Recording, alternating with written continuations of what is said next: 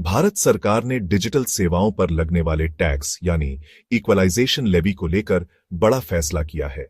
यह टैक्स, जिसे अक्सर गूगल टैक्स कहा जाता था, अब हटाने की तैयारी चल रही है।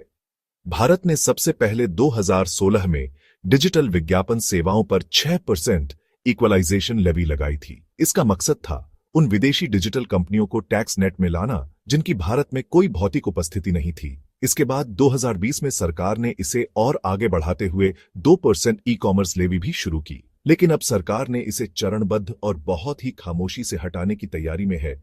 अगस्त 2024 से ही 2% ई कॉमर्स लेवी हटा दी गई है।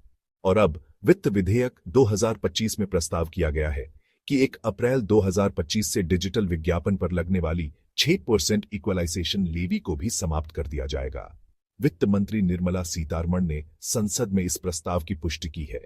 अनुमान है कि इससे सरकार की आय में लगभग 3000 से 3500 करोड़ का सालाना नुकसान होगा। सरकार कभी भी अपने नागरिकों पर टैक्स बढ़ाने का मौका नहीं छोड़ती, चाहे वह पेट्रोल डीजल हो, जीएसटी हो या रोजमर्रा की चीजें। लेकिन जब बात बहुराष्ट्रीय कॉरपोरेट दिग्गजों की आती है, तो सरकार टैक्स में छूट और राहत देने में पीछे नहीं हटती, यानी आम जनता पर बोझ और कॉरपोरेट्स पर रियायतें। साल 2016 में भारत सरकार ने सबसे पहले 6% इक्वलाइजेशन लेवी शुरू की।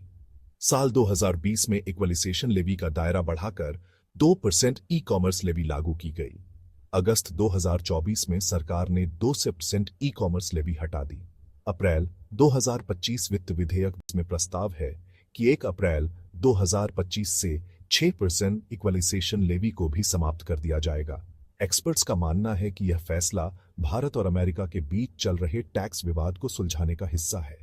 लेकिन बड़ा सवाल यही है कि जब आम नागरिकों पर टैक्स का दबाव लगातार बढ़ रहा है, तो क्या कॉरपोरेट जगत को इतनी रियायतें देना न्याय संगत है?